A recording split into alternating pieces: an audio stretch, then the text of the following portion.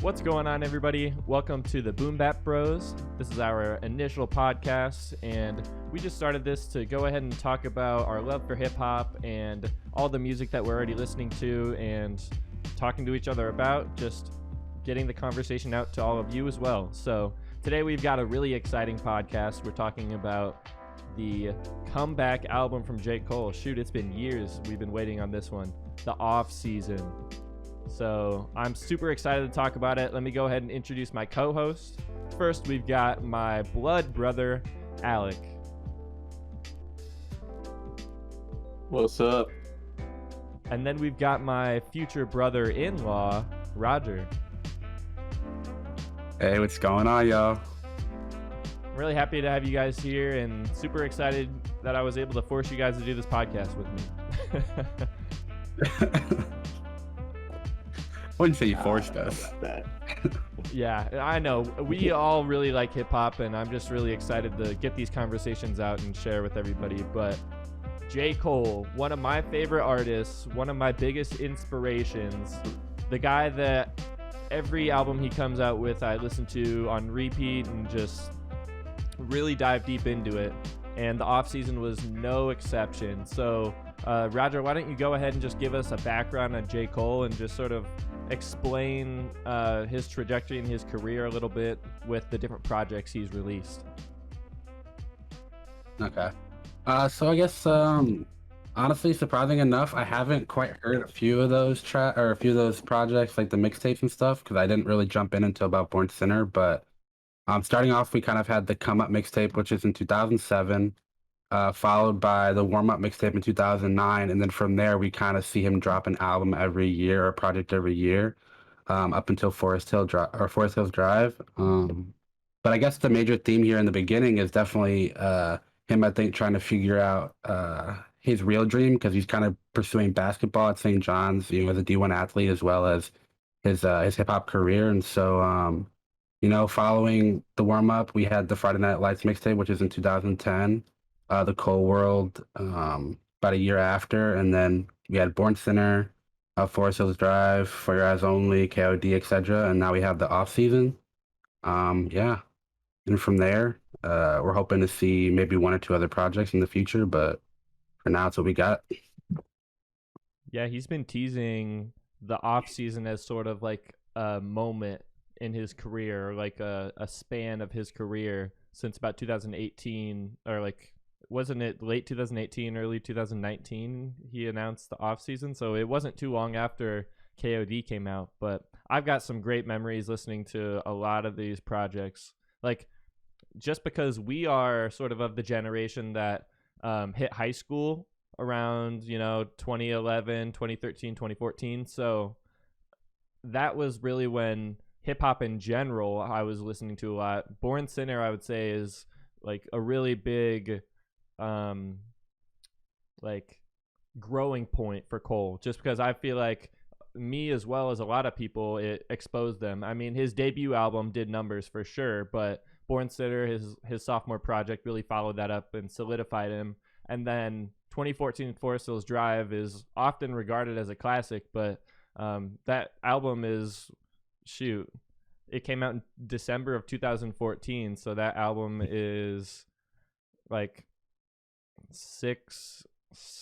coming on 7 years old, so 6.5 right now. So I think like consistent projects in his career, and people love Cole's mixtapes as well. I've gone back and listened to him a little bit, but I'm not as familiar as I am with his albums, just in general. But Cole has a really solid track record for putting great music out. Yeah, I remember he really bust on the scene with on Born Sinner, because that was his whole thing with he released same day as Kanye with Yeezus. And so he had that whole thing going on there. And he had like a ton of hype from the mixtapes before that, and like signing with Rockefeller and Jay-Z. Everyone, he had the hype of coming up being like the next dude at like that point. And yeah, but like I remember the most poignant thing with me as a moment for him was when Forest Hills Drive came out. That was like my freshman year of high school. That was like one of the albums I think most took over like the conversation around me of like people talking about music the most. Like that came out, it was instantly everyone was like, "Oh yeah, it's a classic." Like it's beautiful album. Funny enough, I actually remember getting the leak online of that album like a couple of days before it dropped, because it was right up until pretty much the release date that Cole was working on it. So when it leaked, I got it on my iPod Touch at the time and listened to it on repeat. Like, I even remember listening to it in class. It was just a transformative album for me specifically. Like, just his storytelling and the way he talks about topics while sort of viewing them in a critical light. I think Cole has really carved his own lane out doing that in his career, and he showed everybody in KOD what he could do. And that album is actually a bit controversial, but I know that Roger, that's your favorite album of his going into this. Like, your favorite album of his was his most recent going into the off season. Yeah, KOD, I don't know what it was. That's probably the album I've probably listened to all the way through the most times. Um, Unlike its most recent album, I think that one might be the one that I think had the least amount of skips for me before this new one, the off season. But funny enough, when it like Forest Hills Drive, I know that's a lot of people, the classic album. But I started out not really knowing that project as a whole, but more just knowing some of the songs that came off of it. Um, and For Your Eyes Only, I think I neglected to listen to that one as many times as I should have, because I probably only went through it off the top of my head that I can remember maybe like two full times. But Wow. yeah, KOD is definitely like my favorite. Like, I don't know now, like I I'm feel like yeah, everyone obviously, neglected but that album. That one's a classic. everybody hated that one. I don't know why. Got so much Like, like flack. well, because he came out with what was it? It was False Prophets and what was the other one? The one about the mumble rappers. We had those like two singles coming out, and everyone Oh, was hyped off that. And then he dropped off this like album that was like really slow and like really like about a concept. But Right. I love that album so much. hey, which track about the mumble rappers? Which one are you talking about? Not Middle Child, right? Like I'm tweaking. Like it's not Middle Child. You're talking about. I It's know which No, one no, you're no. talking It was about. released leading up to For Your Eyes Only, so it would have been released like 2015, 2016. I can literally see the video in my mind, but I can't remember the song title. It's Everybody Dies. Yeah. Everybody Okay. Yeah. Dies. Yep. I can picture Yeah. it. Little short bus rappers. Hmm. Right. Yeah. So then For Yeah, Your that Eyes one. Only dropped, and like I really enjoyed the documentary that they put out of them making it, as well as the HBO documentary that sort of included like music videos for a lot of the songs. Like I thought Cole was really ahead of the game, like doing multimedia stuff with his albums, not just dropping the music and calling it a day. Like he'll come out of pretty much hibernation or whatever of like being reclusive from the public eye to not just give you that album, but give you music videos, give you interviews. Like, I think the rollout for a lot of his projects is something for artists to learn off of. But we're getting a little ahead of ourselves. We'll talk about the off season here. Alec, why don't you go ahead and jump into this legendary feature run that Cole had leading up to this project? Yeah. Yeah, so around KOD before then, he like had well pretty much since like Forest Hills Dries up till like the KOD days. He pretty much went away from features. All he had was like he showed up on like Joey Badass's album and saying that that was going to be like his last feature ever or something. And then he came through out of nowhere. What was it? Yeah, January 8th, 2019. He comes out with a lot with 21 Savage, and that one goes crazy. Ends up going number 5 on the hip hop charts, number 12 on the overall charts, ends up 5 times platinum, and wins best rap song that year. And same same month still, January 23rd, 2019, has Middle Child come out, which everyone goes nuts about that one too. Ends up number 4 on the Billboard Hot 100, number 2 on the hip hop charts, and was his highest song like charting ever at that point. And then ends up going 6 times platinum, nominated for a Grammy. I think And Middle yeah, just Child. off those two in January, he's like super hot. Yeah, Middle Child was a moment for sure, because Cole is pretty much cementing himself as the middle of two generations. I mean, the track says it all, but he's just sort of positioning himself at a point where he can work with both artists and get along with both generations and sort of appeal to different aspects of each generation. So I think artists like that are a dime a dozen, man. Like we really don't have that many that are really like going in between the different crowds that hip hop sort of culminates and represents. So that's another unique point for Cole. Well, I mean, if we're going off of that point, you could also argue for Logic too, right? Because he's definitely hit a bunch of different crowds, going forward. But a lot of people that aren't normally hip hop fans, I think Logic has brought them in, but he's not the topic of today's episode. I'm a Logic defender till my dying day, so I will go down with that ship, defending Logic and sing his praises. Well, wasn't correct me if I'm wrong, but I know when we had watched the documentary, didn't he mention that Middle Child was meant for one of the later albums? So I think it was originally meant for the off season, and it was done earlier. So they just sort of released it as a single and then rolled it into the Revenge of the Dreamers 3 album. And so, Alec, why don't you go ahead and talk about that? Because the summer of 2019 was hot with that album. Yeah, for sure. He after getting those singles in January, he came back and the whole Dreamville came together, dropped that in July, and had the documentary go with that one too. And that was and that was just the first half.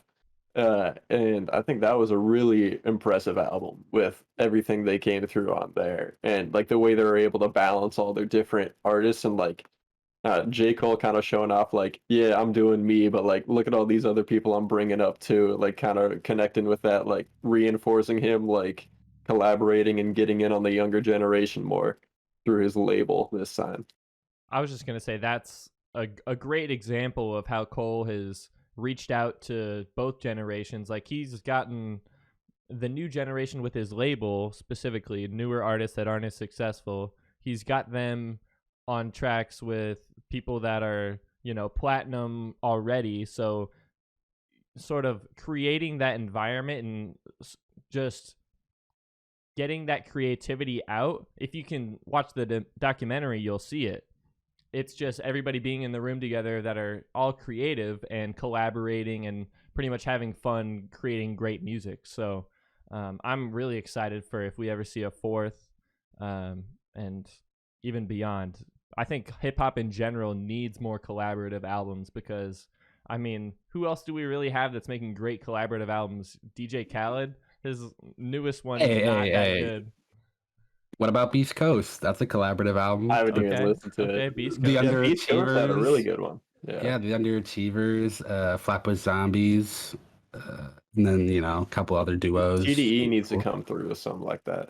Yeah, but you see groups and duos come a lot more than you could even say Spillage Village, but they are a sect of Dreamville even. So I'm thinking bigger collective albums, even label albums, we really don't get to see anymore. So this was a great treat to get a ton of variety on that project and have it really well sort of manicured and polished, I would say. A lot of the songs on there, especially if you get to what they released about 6 months later in January, the director's cut, there's a lot of songs on there, and the quality is not dipping in between tracks. The quality is pretty consistent.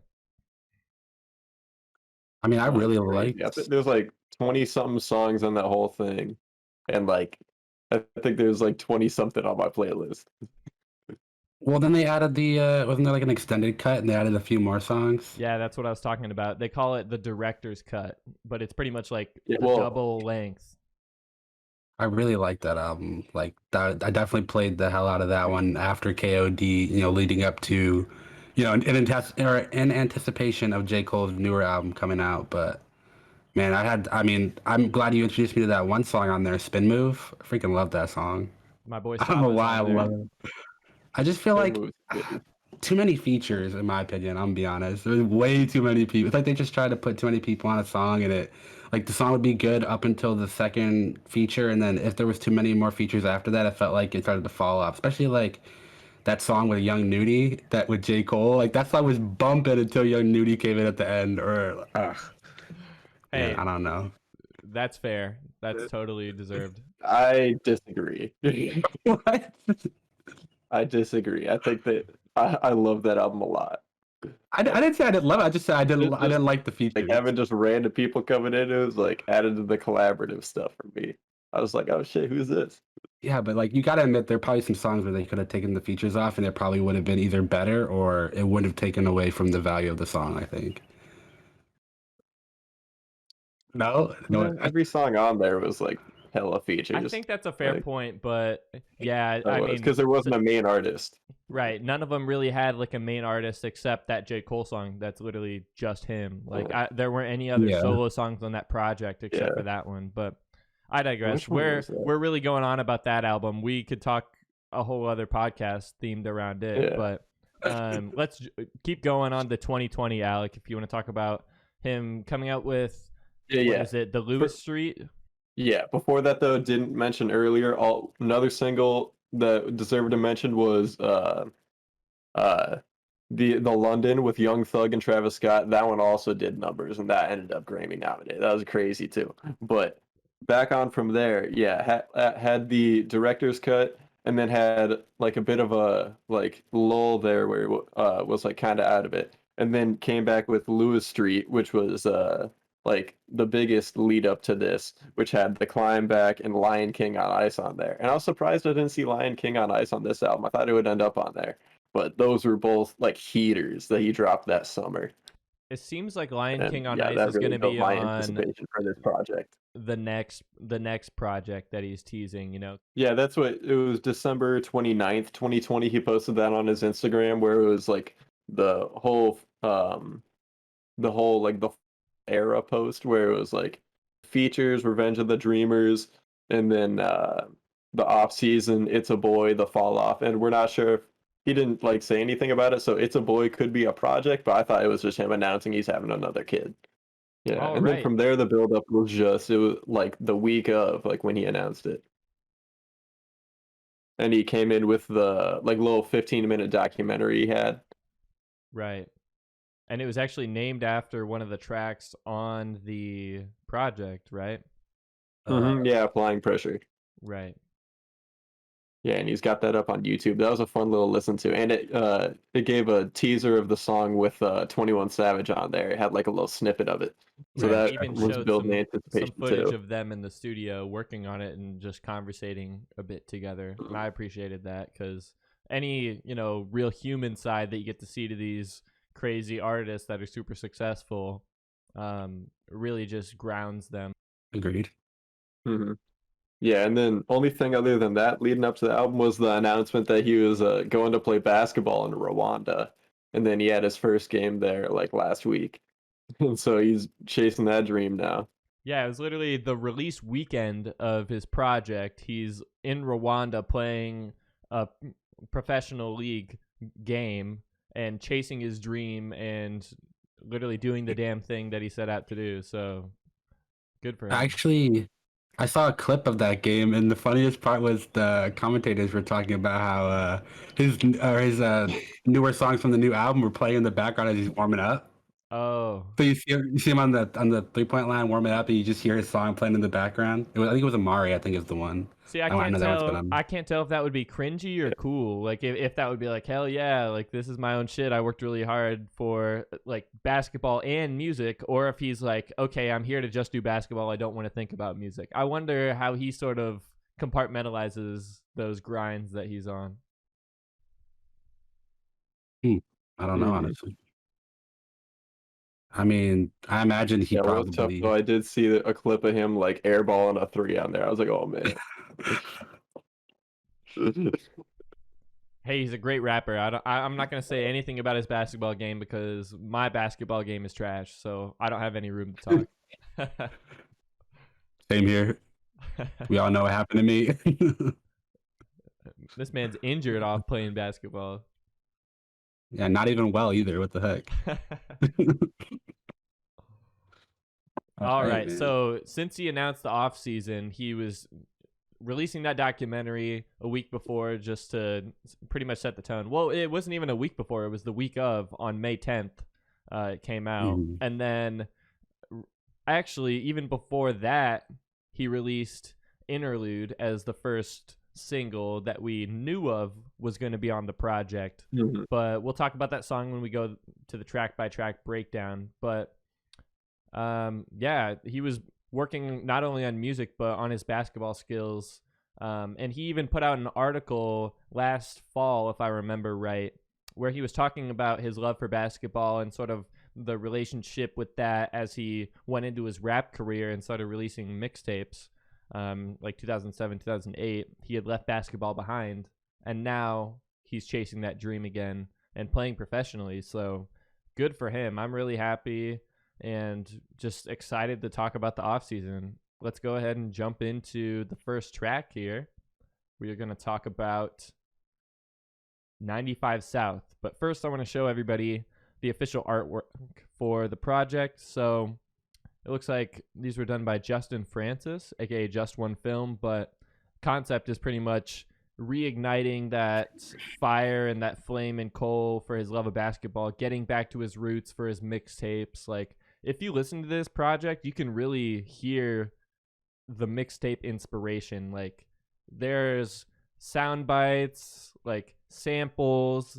Like, they didn't have to pay for all that. They could have left those out, but they put it in. It's really feeling like a mixtape to me, and that's why I like it even more, because it's a studio mixtape. Like, it's the same sort of love and grind and hunger that you would find a rapper have on a mixtape, but the great quality that Cole's shown us that he can deliver.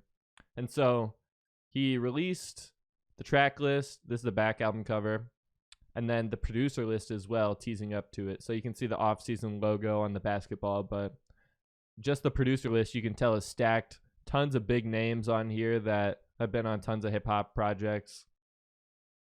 And then here's the Interlude cover that was released along with that single. Looks like it was taken at the same time. Same theme with cover art. And then here's some extra shots that were included here. The off-season logo. And then this was on the Album of the Year freestyle in August of 2018. So this wasn't even that long after KOD come out that he's announcing what you're about to witness is a masterclass in preparation, the off season. So we knew what we were in for years ago, but we just hadn't known exactly how he was releasing it all. So let's go ahead and jump into 95 South. I thought this was a dope intro to the project. Like, the beat is amazing. You just hear it right away. It's that New York shit, and then Cameron comes in, and you already know what the fuck's going on.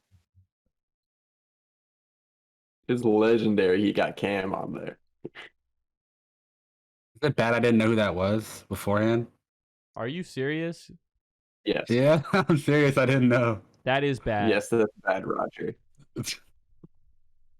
Hey, I don't know everything, all right? Don't you listen to old Kanye? Like old Kanye, like first second album Kanye, and then now it's more the later stuff. Yeah, Cameron's on a song on there. What song? Elaborate. Tell me. Gone. He's on Gone. I'm not familiar with the track. That's on Kanye's best album, bro. You gotta listen to that after our podcast here. Oops. Disappointed.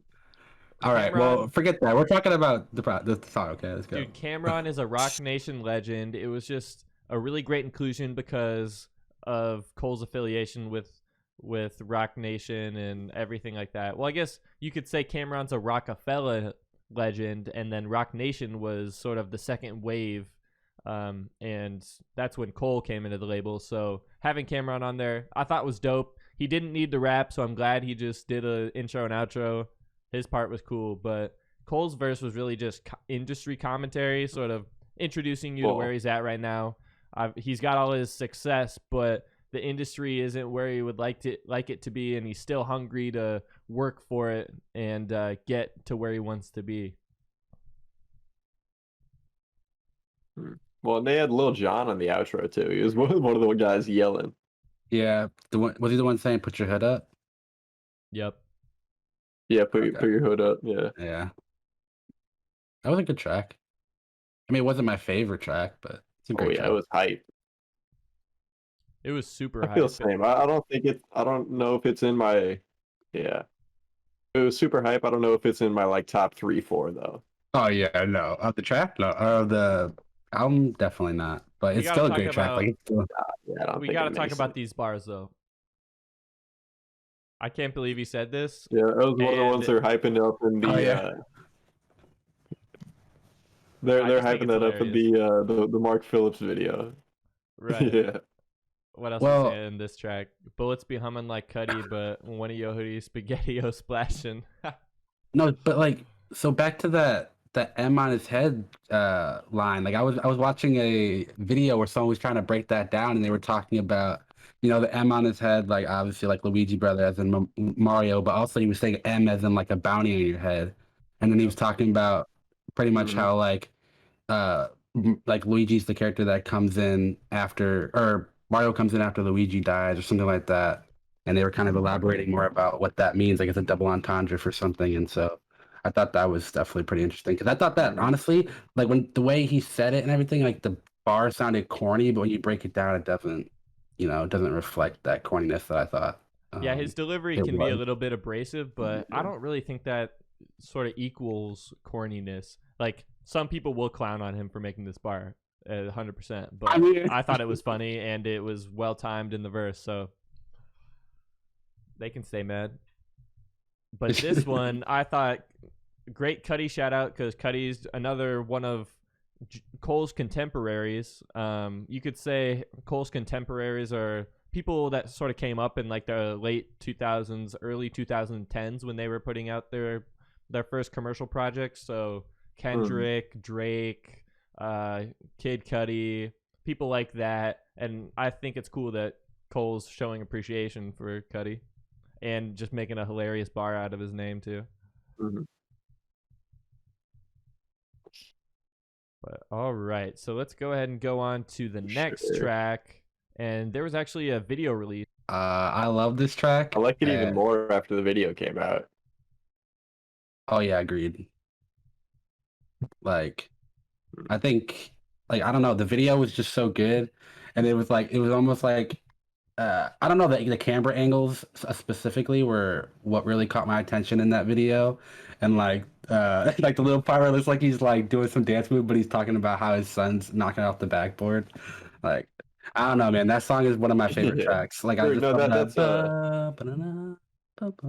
I just love the little. no, that wasn't his son. That's about Dennis Smith Jr. Oh, Dennis Smith Jr. Okay, You have to I point figured he out was that just bar talking to about. me. Yeah. But yeah, this track is dope. I No, I yeah. think Funny this thing. First time I listened to it, that's what I thought he was talking about. Yeah. yeah, this is like the most hype like flex track on the album, I think. I think placing this at track 2 was a great idea too because it's like, okay, you've been waiting for the off season, here's what you're fucking getting on the off season, you know what I mean? And especially having the video come out the Monday after the album dropped, good idea. And yeah, the video just made everything better. A couple of shots that I wanted to talk about here though. The fire in the background here, sort of, similar to the album cover a bit, but they've also got the most like this. I'd say this video is pretty traditional rap video, right? You're in a couple of different locations rapping with different stuff on, different things you're intercutting together, but this one was pretty interesting. Do you guys have any ideas of like the symbolism behind this shot specifically? Because it cuts to this a couple of different times to where we eventually at the end see Well, it's and like then a at the younger end it version of shows like the him, kid. and it So says actually, here, let's find it. um yeah, it's like a I younger actually version of watched. him, and it says hold on to your inner child super quickly before the title card shows. But what do you guys think this could be alluding to or really be meaning? I think it's alluding to it's a boy thing. I think, because he's kind of talking about himself right there, because that's kid's supposed to be representing him, right? When he was a kid, like holding himself against the thing, like uh, symbolizing him just, evolving into that person he is now, but not forgetting who he was as a kid, because that's, where that hunger for what he wanted to do with basketball and music probably started, I guess, is what it kind of seems like to me. I feel like it's his younger self making Mm. sure that he's living up to the dreams that he set out and the aspirations that he had as a kid. And so him pretty much dying here is like his inner child acting like he's gone. He doesn't have anyone to live through anymore because the grown up Cole isn't there for him to sort of live his dreams out for. Mm-hmm.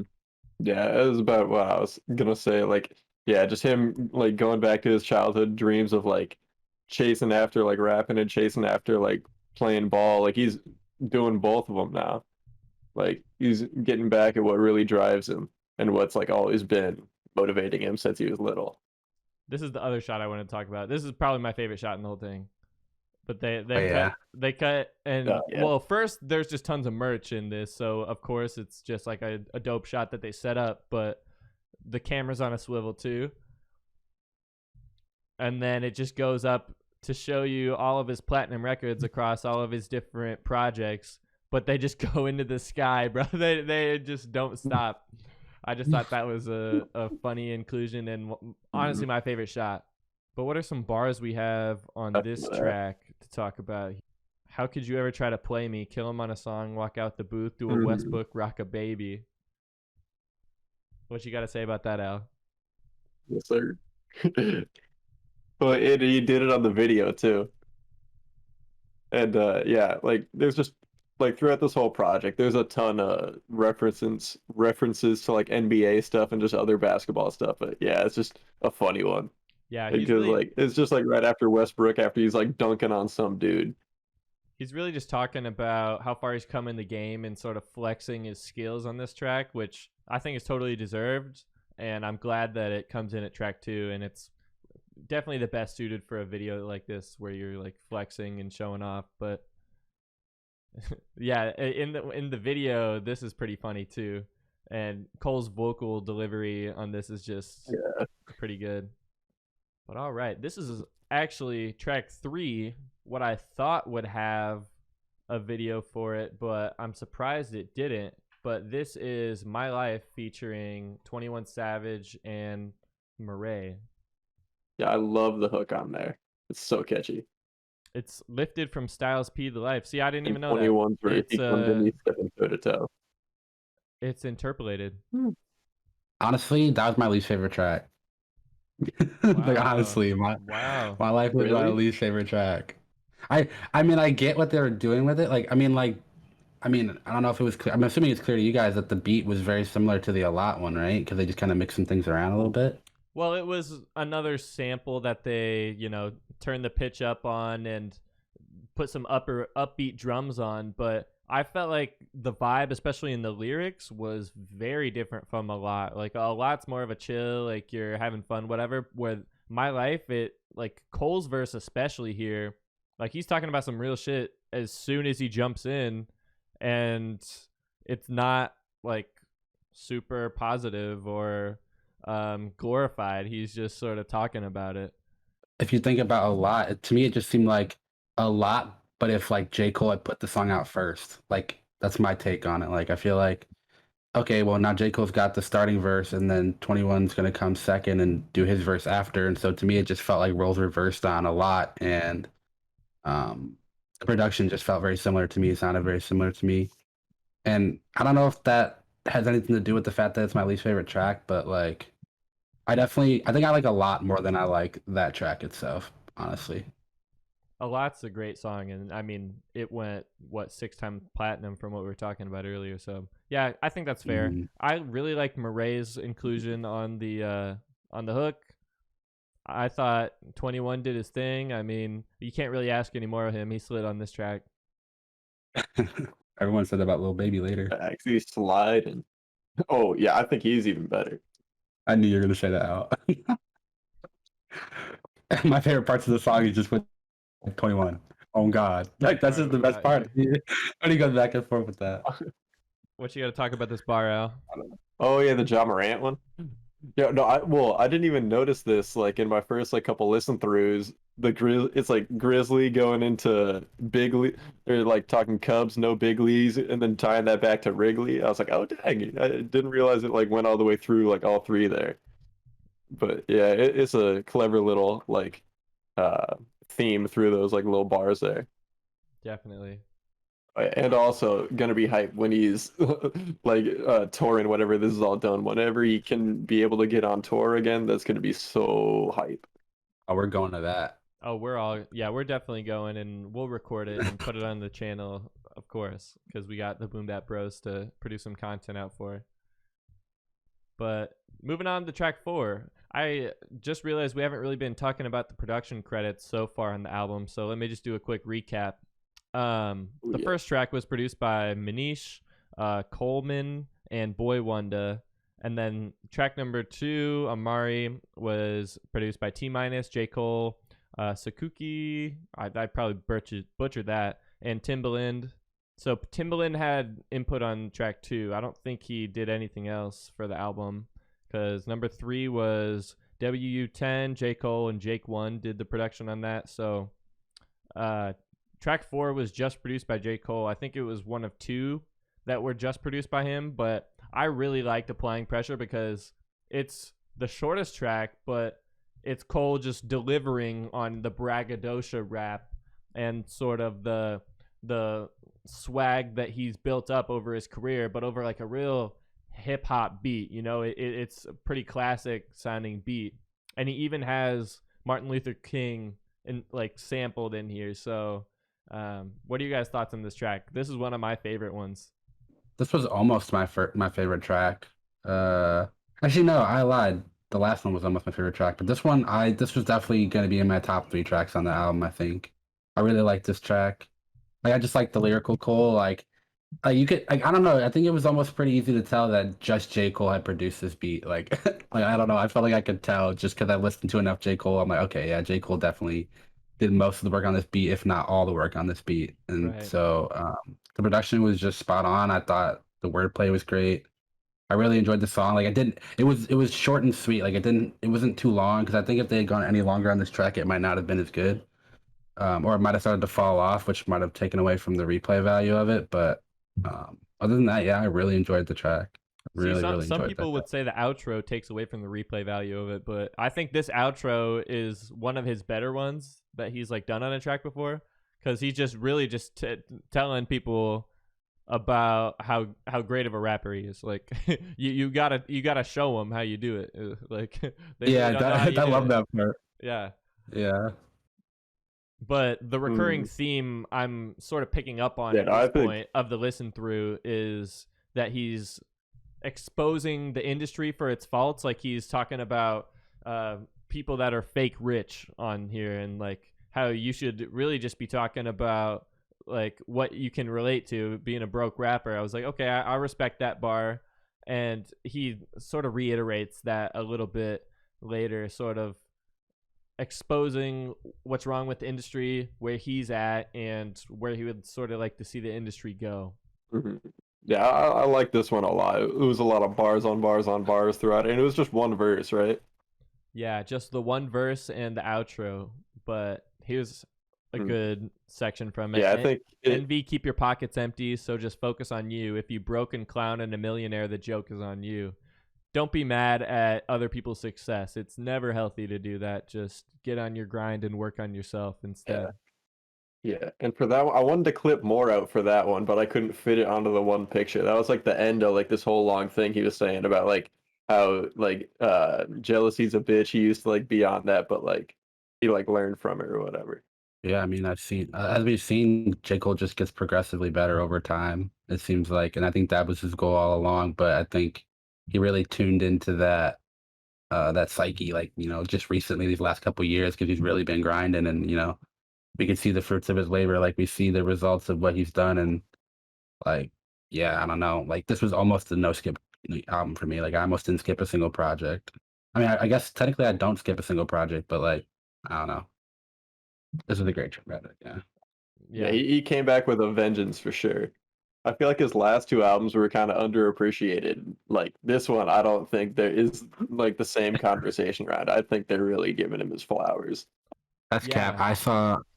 I saw a reaction video on it, and but I mean, historically, this dude's like kind of like I don't want to say he's a hater, but like I guess I expected him to say what he said about J. Cole's newest album, just kind of being like whatever. Like he's like, oh, like we already knew J. Cole was good. Um, like this is the Cole that we've kind of known was coming along this entire time. So I guess maybe for him it just wasn't as good because it wasn't as much of a surprise. And I don't know, like I don't know, but like everyone else I've seen react to it, and like anybody else I've talked to has said that this album was complete heat. Like I hear a project, I really, really like it, and I could see somebody else excited about it, which is kind of like what I Right. searched for when I heard this project all the way through, and I was just looking for reactions. Like, oh man, like I'm glad he really hyped it up. Like I skipped certain parts. Like, I don't want to hear them talk about it. I just want to see their facial expressions when they're reacting to the songs. And so like, yeah, like man, there's some good reaction channels out there, like Lost in Vegas. That's probably my favorite. Cole's keeping the basketball theme on here going, right? Like he's got Damian Lillard from an interview, post game interview on his intro here, and he's just saying, "Hey, like they gave they gave us a chance to get in, like we asked for, and that's what we're here to do." Like he's really just saying, like, "This is what I'm here to do." Punching the clock is getting into work, right? So this song is him getting back to work on the music and putting all that other stuff aside in his life, not necessarily like out of the way, but reshifting his priorities back to the work of basketball and music, punching the clock. First line in that's a bar. Like the back on top, punching the clock, clutch insanity. I got more cribs than Habitat for Humanity. Oh my god. Even before the Habitat for Humanity, I was already like, as soon as you said clutch insanity after punching the clock, like, Yeah. man, that's a bar. Yeah, this is one of my favorites on here, definitely. Like, I feel like upon further listens, I'm liking this song more and more. Like, and even with the intro is cool, but like the outro part of the interview is even better, where he's talking about like, well, yeah, they're this two is what I different prepare interviews, aren't for they? like the big moments. Like, I do this work back. Yeah. I thought it was from the same one. Here, let's see what the track has to say They here. two So it different says ones? the intro is August 11th, 2020. The bookend of the song is Oklahoma in 2019's playoffs. So they are different times. Oh, that was after the Paul George shot. Yep. That one was after the Paul George shot. Okay, yeah, that one's especially cold. Yeah, I think I misspoke earlier. This is actually the shortest track on the album, but this one's produced by Mario Luciano and Tay Beast. So their contributions were great. And yeah, I mean, he's just contemplating his only outlet being the microphone and the work that he can put in now that few can relate to his success and where he's at in his career and his basketball journey. Like, there are not that many people that can relate to having both of those passions, and having to like decide between them and figure out which one he actually wants to be successful in. So this was a great track and just added to the quality of this album. He's talking about just like the start of Christianity. Yeah. That was definitely one of the more lyrical songs, wasn't it? Yeah. Well, he was telling a story in the verse, Yeah. so Yeah, he these two back to back. All right, moving on to 100 Mil with Boz. Boz's first contribution to this project of, what do you have, 2 features or 3 on this project? I think 2. I know it's Hunger on the Hillside and this. He's in the background on a few songs. Yeah, I believe that. I know for sure it's 100 Mil and Hunger on the Hillside. He was in that one too. Yeah, there's at least one more he's on. I don't remember which one, but there's one he's on with Black. Oh, yeah, that's Close, not Close. Let That Go one My before Hand. Close. Yeah, Close. Yep. Is it Close? Or yeah, Let Go My Hand. Yeah, Let Go My Hand. Yeah, because that was right It's before Let Go Close. My I think. Hand, yeah. So Love this it. one with Boz though, like the chorus is so infectious as soon as you get into it. Like, it's just repeated and just earworms to me, at least. Like, it just made me super like repeating that until the verses came in, and then I was like, ooh, woo, let's go. Like, I was ready for it. Like, this is a bop. Like, this is the radio hit if I had to choose one from the album. Oh yeah. You think so? I thought. Yeah, I guess it probably appeals to Yeah, the and he large got into bunch. like his singing type flow on this one. Right. Dude, Boz was great. I'm glad he was on that And track. yeah, I think it's really catchy. Boz added to the value of that track for sure. I was sitting there thinking, I was like, I wonder like For sure. who could have said what Boz was saying in there, like, and sang it. But like, I'm like, nah, honestly, I would have just kept Boz in there. Like, there was no other reason to put anybody else in that position. You know what? Let me It just just pull up made the sense. bars because we'll just let this track speak for itself. What'd you guys Oh. think of like the flow though? It kind of reminded me of something. I just can't think of what it was. I just thought it was hilarious. This bar is here Oh, and this talking part about how was nice. his woman is literally not caring or even looking at any of these other handsome dudes or anyone else because this is also a development for Cole. He's in a monogamous relationship and he's like uplifting that concept where before he had really talked about in length of different women and lustful relationships he'd been in. So this is a big shift in his career, I think, to just focus on monogamy and sort of specify that's where he's at compared to, you know, the last I would say maybe his earlier work where he talked more about, you know, different relationships and sexual stuff that's happened. So I was very happy that he was talking about tied stuff down like now. that. But this is also cool. He's like, yeah, I'm from a city where ain't nobody heard of until they popped in my first CD. Now look at me on the Mount Rushmore. I love the pre-chorus part of that song. Only Back thing I in the see him game, killing too. is time. Yeah. Well, he's Yeah. talking about the recurring theme again, talking about these rappers in the game right now trying to sort of inflate the industry with people that don't care about the music or don't have the same passion or grind that Cole believes they should have and like that he's trying to represent in this project. Didn't he say in Everybody Dies, like how he pretty much ain't hating on people who are just in it for the money? Like there's a track where he has a line where he's talking about, he's like, oh, I know some of you, he's like, go get your money, you know, little nigga, or whatever, like other like mumble rappers. Like he's like, I respect the grind. Like you're still trying to get that money, which is what it's about for you. Right. Like, didn't he say that? I'm pretty sure he said that in one of his tracks. I think it was either Everybody Dies or Middle Child. It might have been Middle Child, honestly. But leading up to this project, yeah. But like using that as a recurring theme in this project, though, even though he had just teased that earlier, I thought was a good idea. Just because Cole's really coming for the crown of hip hop with this, you might as well address some of the shittier stuff that's going on in the industry. But this track was produced by Cole and T-. I actually want to talk about the lyric we got up on screen right now. So after seeing this one and like listening to it, it made me think a little bit. I was like, what rapper's career can I really compare to J. Cole's? And I don't think LeBron's necessarily the perfect example. I think he's kind of more like Curry right now. Because I feel like he had the dynasty, he had the like MVP seasons, and then like Curry like missed the playoffs last year, was injured, had a bad team, and then now this year is like a MVP candidate, averaging like led the league in scoring. Like I feel like this album was like the equivalent of Curry coming through leading the league in scoring and dragging a meh team to the playoffs. Yeah, Cole's pretty much figured it out and gotten his whole entire crew together, sort of like the Warriors, you could say, Dreamville. He's gotten his whole crew together and now positioning them all up to where they can all win. So yeah, that's a great insight on that. The sad part is I always miss the Oz basketball was coming in on this album like Wiggins. See, I didn't even get that reference. I don't understand basketball as much as you guys do. So like when he's got all these references about, you know, athletes, and I'm just like, huh? Like that's really how I feel about it. I'm like, huh? Like, I don't really know what necessarily if they're like. I'll Especially if help it's you like along as the resident NBA nerd. Yeah, that's why you're here.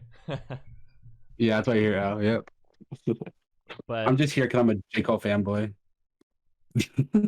very fair. Yeah. Track 7 is Pride is the Devil with Lil Baby, produced by T-. And this is really just about the negatives that pride exudes in us when we sort of let it control our relationships with other people as well as like our significant other, and just sort of the strain that can tell or that can show. And the chorus, "Pride is the devil, think it got a hold on me." That his choruses are so catchy. Like Cole's been great at that in the past, but this album really exemplifies that in some of the better songs. Yeah, I just love the part where they left so many R.I.P. Like that part gets me every time. Like so many R.I.P. Is this still your favorite track, Al? I think it lost the #1 spot, but I think it's Okay. still top 3, maybe 4. But I I just wanted love to this know. song. Lil Baby goes hard. He Everybody does. keeps saying that, Lil but I Baby don't. goes hard when he comes in here. Everyone keeps saying that, but I don't We see really it. just gotta jump to his verse. Like I haven't heard like any of his albums. I've only heard him in like features and stuff, but he came in on this one. Lil Baby's dope. Like his music is good. His raps are great. So I vouch for him, and I think he's a really great artist. Really? But I didn't expect you to vouch for Lil Baby, I'll be Yeah, honest. I like him better than Da Baby, 100%. It's not even a competition. Oh, I agree. I agree. Yeah, I guess. I don't know. I don't listen to either of them enough. I gotta listen to more Lil Baby after this, but Pride is the Devil, dope track. I don't really have anything else to really say about it other than go give it a listen. And Yeah, it's a good track. Yeah, definitely not a skipper. Oh, that was J. probably my Cole's one. I verse almost. is insane on there too, because like the way he's like pride about like all these like different like problems in there, and then ending it off with the bar we got up there. Just great way to cap off the verse. Got me feeling Like I different when think that somebody really says they proud hit. of me. Like when he dropped it like that, he's like, damn. But dude, Yeah. what about that post chorus though? The terrified, paranoid. I put that part gets me catchy. It like catches me every single time. Put you over I love that. everything to fill the void, and when you're gone, I will heaven. Yeah, that part. Oh, that's catchy to me. That's Al, catchy. we got to get a Cole World. We haven't been dropping the sound bites, but we got the soundboard on the Oh ready yeah, here. hold up. Oh, okay, because it's under J's, not C's. Cold world. Yeah. Yeah. Track 8. Yeah. Let Go My Hand. So this is the one with Boz and Black on it, and they sort of do some singing and make some great vocal performance that's sort of blended together later in the song. But it's a pretty somber opening to this song. Like he literally starts his verse with, "Sometimes I question whether this shit matters." Like he's reflecting on music in general, not even just his platform. He's like, the dude, is it even worth it? Like putting substance into something in a world so used to instant gratification. Is it worth it for me to put so much of my time and effort into this music when people are used to just the next thing so quickly nowadays? I thought just breaking off the verse with that is super thought provoking, and it was just I love this song. I love the storytelling all the way throughout his verse, and like talking about like where he's talking about with his son, "Let Go My Hand," and he's like going from that term like what he's talking about, what he's got to prepare his kid for like all the struggles that he's going to be going through in life. And yeah, I think this one's taken the top seat for me now. Okay. And like the hook and everything so catchy. I think this one's up to the #1 spot for me now. Wow. Yeah, this is one of my favorite verses for sure on the entire thing. It's literally just the verse and then the chorus again where they're all singing together, and then Boz does the bridge outro. Beautifully done. Like Boz's contributions to this album can't be understated. Like go listen to Too High to Riot, go listen to Milky Way. Like Boz is a dope artist. Does anyone else think that the production on this one is reminiscent of something that you might hear him with the Kill Edward persona like rap on? Like it kind of sounds like that to me. Low key. Right? I didn't think about that, but low key. Thought this track was intended for that persona, but it looks like he's largely ditched that since the KOD era. Like I was honestly expecting maybe 1 or 2 tracks, like maybe he might do it again, but he didn't, and I don't think anyone's really calling for him to reopen that persona. Like I don't think it's necessary. Yeah. It was but like it sounded kind of weird with the voice modulation when he was doing that. There was one Kill Edward track that I liked. There was one out of the ones on that album that I liked. I can't remember. I liked Friends. I liked Friends a lot. What do you guys think Ugh. about this I part think here talking about his fight with Puff Daddy? Man, Because it's apparently talking about in August 2013 that Cole and Puff Daddy fought at the MTV Music Awards in an after party in New York. Who knows what it was really over? There's tons of speculation around it all, but it seems like this was like the last fight Cole was in, and it was an artist that he was like endearing to and loving when he was a kid. He like you would have thought his favorite rapper was Puff, you know? of the turning point for him. Plus, now we got Diddy in the outro on that song. yeah, it's yeah, it's crazy how like just imagine that. Like that'd be like one of us like fight it, like ending up being a rapper and like fighting J. Cole. Like imagine. Hey, man. Only way after that is up. He was like, you know what? Why am I doing this? Like, I got other Mm. things to work on. But he Over here closes fighting. the song off Good great that with they're all cleared up now though. yeah, they're all good now. There's no way that beef would have held through. But he ends it off great with back then I ain't no shit, now I know too much. Ignorance is bliss and innocence is just ignorance before it's introduced to currency and That clips. one. Or bad licks that have serving 3 to 6. Shit. That So that bar. yeah, That was I think Cole gets a bad rep for being deep, and like some of Such a good his song. fans will, defend him vigorously, saying, "Oh, you just don't get it. It's really smart." But his bars are very thought provoking, and he deserves his credit there because having dense, like just in like a 4 line thing, really dense stuff to unpack and talk about. Cole's unlike a lot of mainstream artists in that way. Yeah, I feel like you just kind of added me there. I don't know how many times people have been like, I don't know, like J. Cole's good, but like he's not one of the greatest. I just think he's like kind of boring, and I'm just like, oh no, you just don't understand. Oh my god.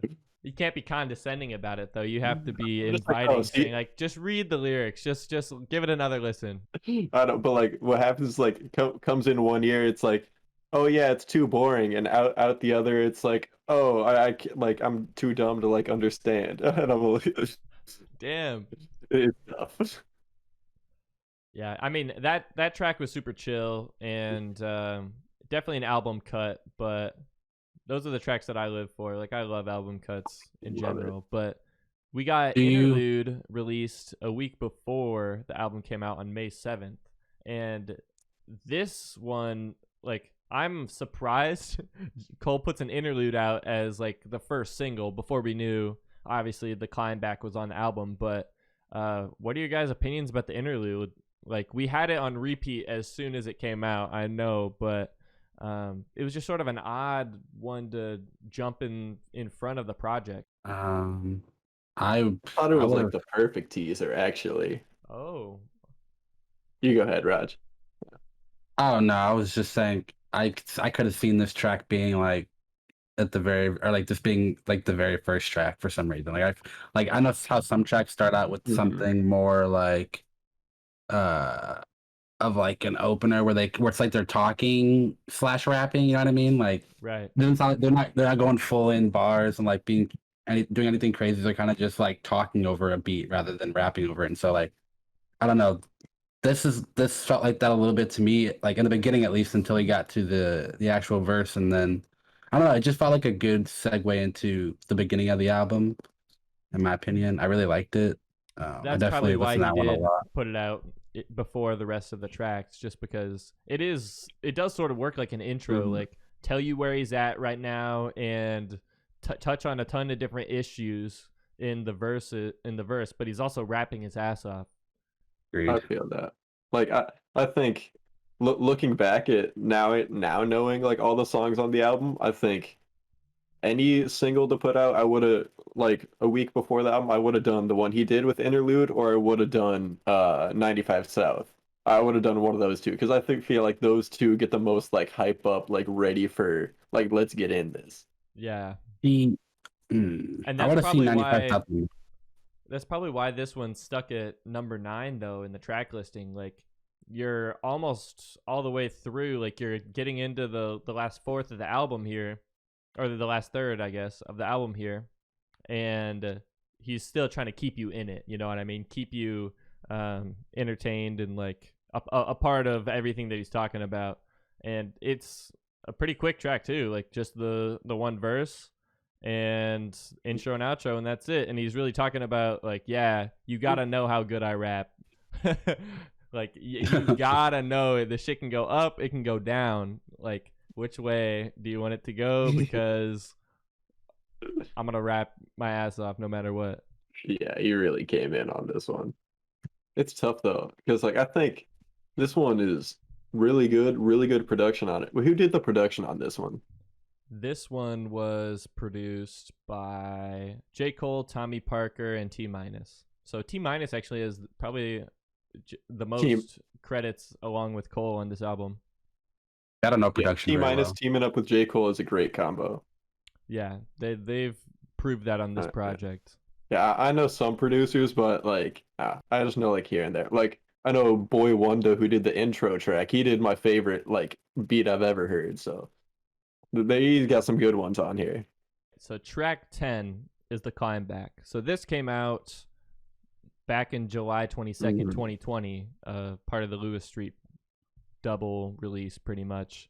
And hearing it here really made me appreciate it more and forget how good this track is. Like even though it's sort of later in the listing, comes in at number 10 right after the interlude and just brings you back into it with that sample right away. And Cole is the only producer in this track, so he did great from a production perspective as well as just a track creation perspective. Like he does his thing on this, and it made me appreciate it a lot more hearing it again. Yeah, I feel that for sure. Like this is one of the beats on here that gets stuck in my head the most. That little like the like little whining, that like that whole thing. Like it just sounds so cool with like the drums and everything on there. It's really sticky. He's talking about problems in the communities. It's like America is not perfect by any means. So he's really letting people know about where he comes from and other communities and stuff that he's heard about. Just sharing all of those perspectives and experiences on this album, and I appreciate that quite a bit. Yeah, I really enjoyed this track. Definitely felt like a climb back, that's for sure. Like I picture him freaking climbing up a mountain with somebody on his back and it's raining. Like, I just hear this music playing, the lightning striking. You see the silhouette of his body, like flashing out on the rock. You're just like, yeah, he's coming back, boys, with a vengeance. You could direct the video for this, then. Bro. I'm telling you, it'd be crazy. He's got the sweat dripping. Yeah. So I like the album version even more because it's got that little intro now. So that was just the only difference, right? That small intro that was added to this version. End of the second verse though, like those last 10 or lines or so are like my favorite because he's really just hitting the point of the title of the track and sort of talking about the climb back is up and out of poverty and like out of the terrible situation that so many years of mistreatment has left these communities in. So he's talking about using his love for rap and his love for basketball to climb back into you know that passion, but also out of the struggle. The outro too, right? The outro talking about everybody mentioned suicide prevention, and they even made a hotline, but what about a homicide? You know what I mean? Like you've got things in place for people if they're afraid of hurting themselves, things that they can talk to, but what if you're about to harm other people? You know what I mean? Like that's also a problem that needs to be addressed at equally, if not more, as suicide prevention. So yeah, Cole's staying super thought-provoking and great points here. The way he switched it up though at the end, like how kind of melodic it was, like the suicide prevention, like it gave me that 1-800 Logic vibe a little bit, just like a little bit, like just a little bit. Here, let's Nothing pull up. crazy. I know these are hot takes, Well, but kind of a reference to it too. yeah. Kind of a reference to it too. They even got the hotline. That was the 1-800. All that. And then he Yeah, said that's homicide, which actually a also good told me point. another like. It is totally a reference to that track. And he says homicide. He said, "What about a fucking homicide?" And like Logic kind of says it like the way his voice sounded there gave me that vibe as well. Like I don't know. Yeah, it's got like the same reverb to it. Mm-hmm. That was a good track. The climb back, baby. Climb back. Now we're gonna be going to my favorite track, "Close," Oh, and this is really produced by Cole, and the second to last track being number 11. I think it's my number 2. Yeah, this like It might be 3. almost I don't made know. me Tough. emotional, man. Like, "Close" is really the story of one of his friends, someone that isn't named here, that Cole's sort of alluding to, that's caught up in all this stuff to where they're so close to chasing their dreams, but stuff's getting away and getting in the way, and it's not letting them, fully commit to what they actually want to do and what they're passionate about. And so I think this is just a great example of his storytelling and a good narrative of why you should chase your dreams and, put the time and effort into that instead of getting involved in some stuff that could eventually end your life. Dang, so this is your favorite track, Pat? This one's got like the least playthroughs out of all This the has tracks the on the album. least streams and the least views on Genius. I think it's just really because it's track 11. Like, it's way late in the track list and no features, and Cole's the only producer on it. But definitely my favorite, and I love storytelling Cole. That's my favorite Cole that we get. By like KOD Cole. Yeah, I think like the storytelling ones on here are like my favorites. Like there's this one and Let Go My Hand and Punch in the Clock and Applying Pressure too. Even that's kind of more bars, but like it's got like some storytelling too. I think all of those, like the storytelling on here when he like really gets into it, that's when he's at his best. So going into track 12, Hunger on Hillside. This is the very last track, and it looks like it's produced by Dirtwork. I'm not sure if you say it like that. Don Mills and Boy Wonder. And great chorus again. I think Cole's choruses are amazing on here. Like, this super inspirational. Like, still going to be me when success gone. You know what I mean? Like, that's some real stuff. This is in my top 3 tracks. Yeah, it makes more sense that I like this one even more because Boy Wonder did the beat. There you go. Oh, yeah. I didn't know that. Dude, I love this song, Hunger on the Hillside. It's in my top 3. That's 100%. I don't know why, but for some reason, every time I hear a song, I make a connection to another one, and this one just makes me think of the song Black Spider-Man, like the way it opens up. Yeah, a bit of an inspirational vibe, but I think Cole kills that for especially track 12. Like, this first verse sort of keeps that rhyme scheme of the chorus, and he even like sort of puts a little bit of singing on some of the lines, like, "We sold out in less than an hour," and I think that's just a great writing technique. And this is one of my favorite songs for sure. Like, if I said Close was number 1, this has got to be number 2 or 3. Damn, I agree. I agree with that.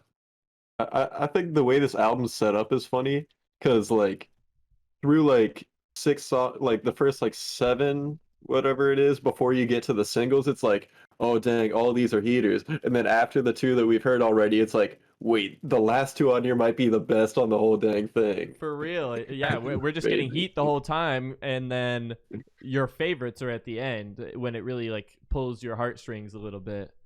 And yeah, Cole's a master of the craft at this point. So I really liked this. And what I thought was super interesting was, I mean, we were saying this earlier, he's gone to a life of monogamy, but I ain't doing no dirt no more. I stopped creeping 6 years ago. Fun fucking them hoes until you realize that you is the hoe. And that's like his last bar on the project. So that sort of like leaves you to turn around in your head a little bit.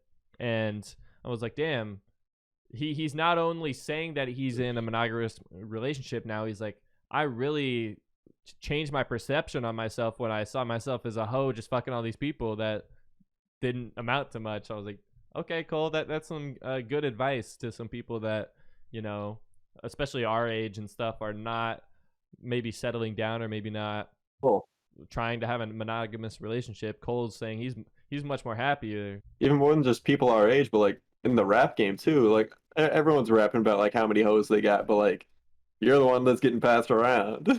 Like, Hey, good point. oh yeah, Like, I'm surprised all Boss's appearances are like hooks and outros. Like I love his rapping, but coming into this, like I appreciate him Yeah. so much more as like a singer.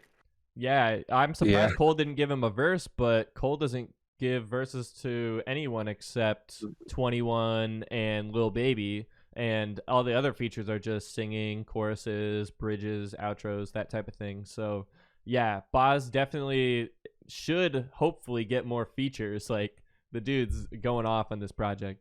But that leaves us to the end of our J. Cole listen through. Let's pull up some bars from this.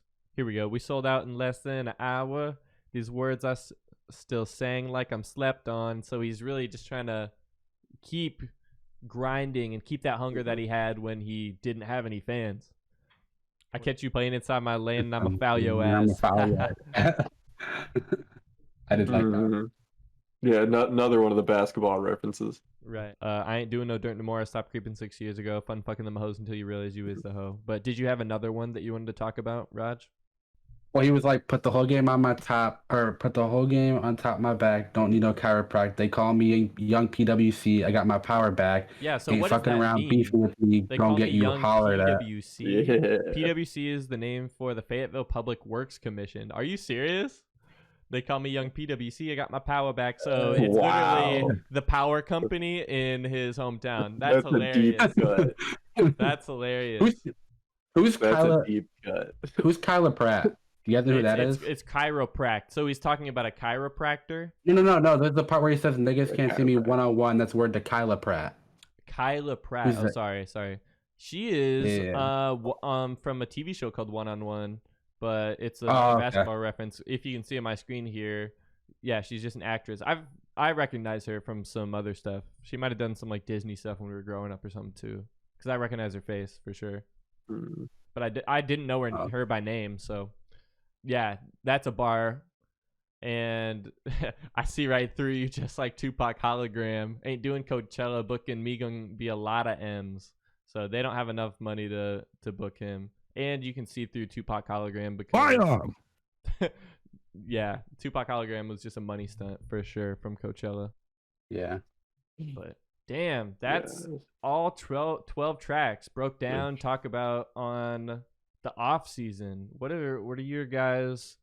Now that we've talked about each track individually, what are your guys' more general thoughts on the project as a whole? He's back. Like after this one, like he really took it to a whole nother level. I feel like he took his style way past like what he had ever been doing before and what everyone else in the industry is doing right now. I feel like he took it way past everything. And he might be the greatest rapper alive. He's up there. Especially with Sheesh. Kendrick not doing anything in a while, I think he's got the crown. Sheesh. Okay, Hot that's take. that's definitely a you hot J. take. Cole at the top. You at the top. Putting J. Cole at the top of the rap game, but okay. I respect it and I totally understand it. But okay. I think this album really made a way better argument for that too.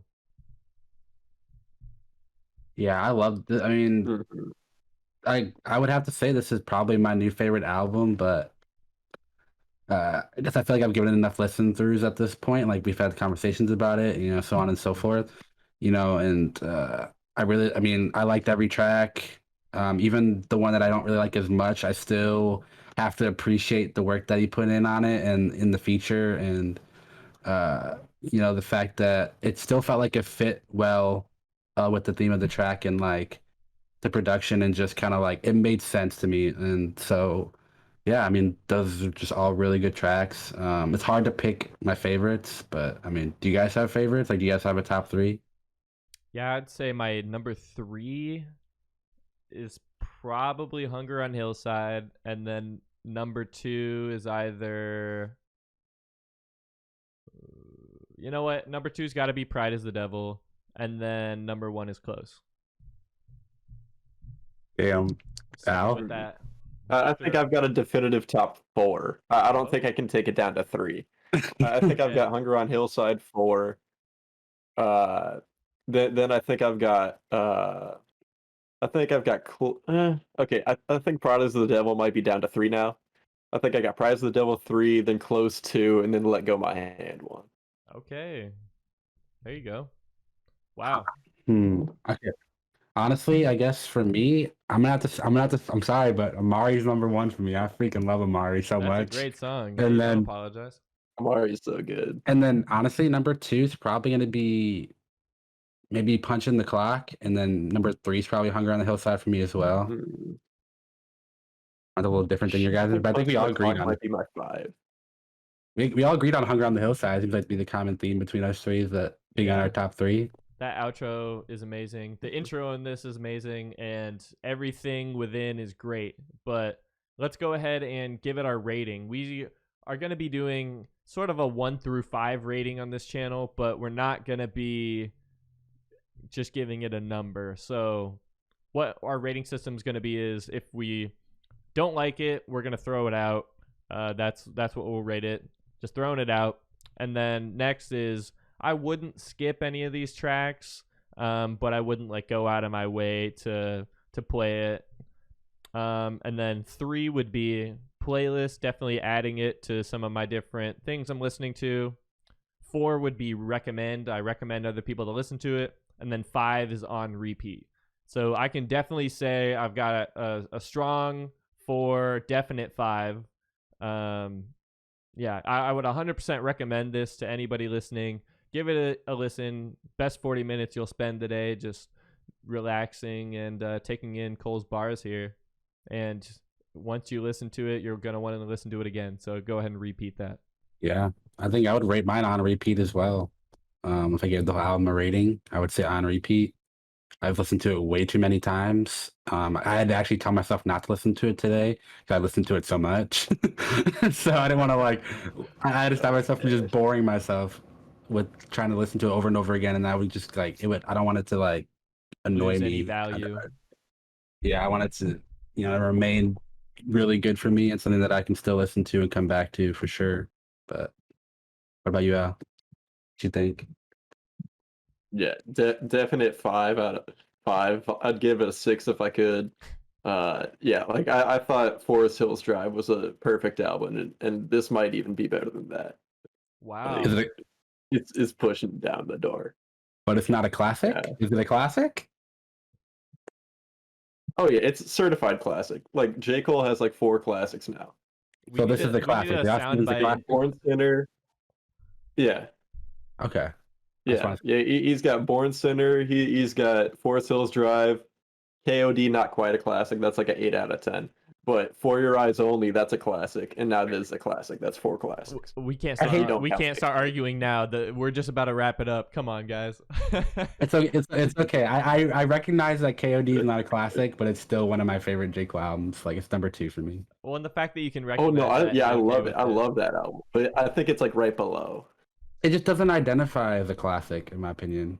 Like, it's good. Don't get me wrong. It's got a good message, It chose not to be a classic. It doesn't want to identify as one. I think Cole. Yeah, I think Cole is like, you know what? I don't want this to be a classic. Like, I want this to be, like, it was like, trying to think. I don't know. It definitely wasn't a classic. I don't think he intended for it to be a classic.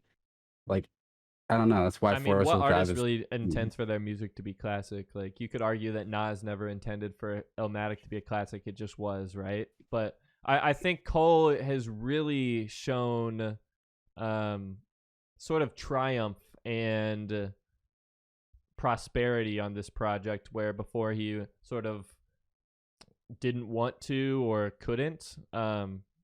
He's had success for, the last decade since he put out his debut stuff with Roc Nation, but this was him triumphing and sort of cementing himself at the top of the rap game, saying, here's what I can do. Like, I'm going to be doing all this other stuff with basketball, but here's my music for now, and you guys can enjoy it while I'm playing games and, grinding on that part of his life. So I really appreciate this. J. Cole, thank you for this project. We really appreciate it, and I'm sure we'll be spinning it back and enjoying it for years to come. So yeah, well, thank you guys for tuning in. I'm glad that Roger and Al, you guys could sit down and talk with this album. And yeah, I'm looking forward to more episodes. Seems like we want to be doing weekly episodes talking about releases and stuff, but when there's a big project like this, we'll definitely dedicate episodes to projects that we're anticipating and stuff that we really want to break down. But Boom Bap Bros is relaunched, and we'll be putting out content here now, so stay tuned, everybody. Let us know what you thought about the album. Did you like J. Cole? Are you a newer fan? Have you listened to his old projects? What are your thoughts? We'd love to hear them, and we'll see you next time.